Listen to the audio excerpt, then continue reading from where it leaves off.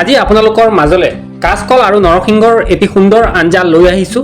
যদিহে আপোনালোকে মই বনোৱাৰ ধৰণে বনায় আৰু ভিডিঅ'টো সম্পূৰ্ণ চাই জুতি কেতিয়াও পাহৰিব নোৱাৰিব কাচকল আৰু নৰসিংহৰ, কিয়নো অলপ বেলেগ ধৰণৰ জুতি এটা দিবলৈ গৈ আছোঁ আপোনালোকক। নৰসিংহ পাত আছে দেখিবলৈ পাইছে, আদা আছে, নহৰু, পিঁয়াজ, লগতে কাচকল গুচাই থোৱা আছে, নৰসিংহ পাত ছিঙি আনি থৈ দিয়া আছে। এইখিনি সামগ্ৰীয়ে সুন্দৰ আঞ্জা বনোৱা হ'ব।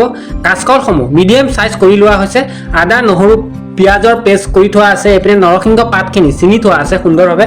কেৰাহী পাতি দিয়া হ'ল, লগতে কেৰাহীত তেল দি দিয়া হ'ল। তেল গৰম হোৱাৰ লগে লগে কাচকলখিনি দি দিয়া হৈছে। সুন্দৰভাৱে লৰাই পকৰাই ল'ব লাগিব, অলপ ৰঙচুৱা কৰি ল'ব লাগিব, ফ্ৰাই কৰি ল'ব লাগিব, তেতিয়াহে খাবলৈ সোৱাদ হ'ব।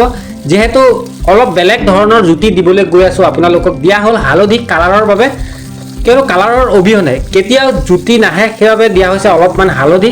সুন্দৰ এটা কালাৰ আহি পৰিছে, এতিয়াই জুতি আহি পৰিছে নহয় জানো? আপোনালোকে চাওক কি সুন্দৰ কালাৰ আহি পৰিছে। এনেধৰণেও কাচকলসমূহ খাব পাৰি। কাচকলসমূহ ফ্ৰাই হৈ পৰিল, সুন্দৰভাৱে কাঢ়ি লোৱা হৈছে কেৰাহীৰ পৰা। ইতিমধ্যে সম্পূৰ্ণ কাচকল কাঢ়ি হৈ গ'ল। 4টামান বইল আলু আছিলে, সেইকেইটাও দি দিয়া হৈছে, লৰাই পকৰাই লোৱা হৈছে, অলপ টাইম ৰঙচুৱা কৰি লোৱা হ'ল, অলপ ফ্ৰাই কৰি লোৱা হ'ল।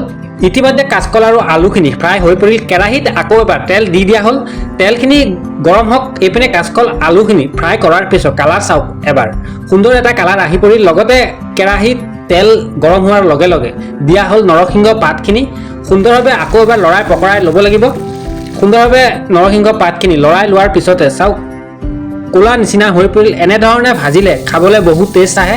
আৰু লগতে দিয়া হ'ল আদা নহৰু পিঁয়াজৰ পেষ্ট। মছলাটো ভাজিবৰ বাবে দিয়া হ'ল গৰম পানী অলপ, আকৌ এবাৰ লৰাই ল'ব লাগিব, যিহেতু সোৱাদ তেতিয়াহে বাঢ়ি আহিব। জিৰা মছলা, এইপিনে ৰেড চিলি পাউডাৰ, এইপিনে দালচেনি লং ইলাচি সুন্দৰভাৱে থৈ দিয়া আছে, এইপিনে জিৰা, গোটা জিৰা ব্যৱহাৰ কৰা হৈছে। এইখিনি সুন্দৰভাৱে মছলাটোত দি দিয়া হৈছে। বেছি মছলা ব্যৱহাৰ কৰা নাই, একদম কম পৰিমাণতহে মছলা ব্যৱহাৰ কৰা হৈছে।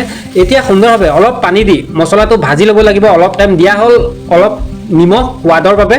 মছলাটো এতিয়া সুন্দৰভাৱে ভাজি ল'ব লাগিব, যিহেতু তেতিয়াহে কালাৰ আৰু সোৱাদ বাঢ়ি আহিব আজিৰ নৰসিংহ আৰু কাচকল আঞ্জাত।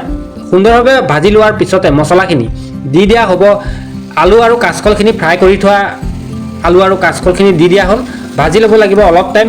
হেতা যিমানে লৰাব সিমানে সোৱাদ বাঢ়ি আহিব। সেইবাবে আপোনালোকক কৈছোঁ, অলপ কষ্ট কৰিলেহে খাবলৈ বহু সোৱাদ হয়। যেনে ধৰণৰ আপোনালোকে আঞ্জা নবনাওকে কিয়। দিয়া হ'ল গৰম পানী। এতিয়া অলপ টাইম উতল এটা আহিবলৈ দিয়া হ'ব। পোনপ্ৰথমে উতল এটা আহি পৰিল, উতল অহাৰ লগে লগে দি দিয়া হ'ল ঢাকনা। 15 মিনিটৰ মানৰ কাৰণে 15 মিনিটৰ পিছত ঢাকনা উদঙাই দিয়া হ'ল। ইতিমধ্যে আমাৰ কাচকলৰ আঞ্জা ইতিমধ্যে সম্পূৰ্ণ হৈ পৰিল। ঢাকনা উদঙোৱাৰ লগে লগে আজি কাচকল আঞ্জা ভাগ নৰসিংহৰ লগত যি বনোৱা হ'ল কাঢ়ি লোৱা হৈছে এটা টিফিন বাতিত। আপোনালোকে কেনে পালে এবাৰ হ'লেও কমেণ্ট কৰিবলৈ নাপাহৰিব।